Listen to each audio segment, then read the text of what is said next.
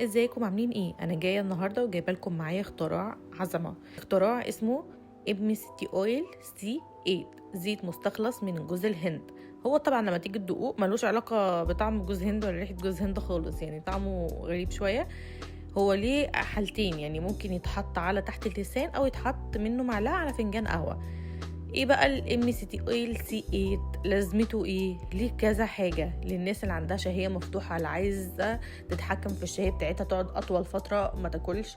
تاني حاجه، اللي عنده مشاكل في المعده، MCT اويل بيحل مشاكل في المعده كتير قوي. واللي عندها الذاكره بتاعتها ضعيفه او اللي بتمارس رياضه محتاجه قوه كده شويه، فهو عليها وعلى MCT اويل. طبعا ما اعرفش سمعتوا عنه قبل كده ولا لا، انا جايباه من موقع اي هيرب.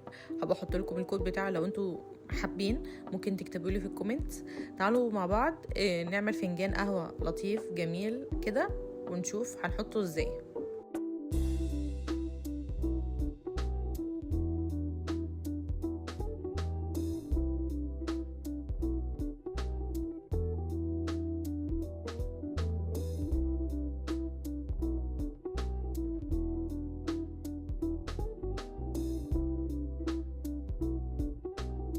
الغطا العلبة عبارة عن سيليكون، يعني شايفين، يعني لازم ضغطة كده، والضغطة بتاعته جامدة قوي الصراحة. كذا مرة الغوص حواليا، يعني يا دوب تحاولوا تعرفوا ان انتوا تحطوا معلقة او بقى تعايروا من دماغكم كده بطريقة حدسية ان هي كده معلقة، يعني بدل لو انتوا مش هتعرفوا تحطوا في المعلقة لانها محتاجة ضغط قوي وممكن تبهدل الدنيا حواليها.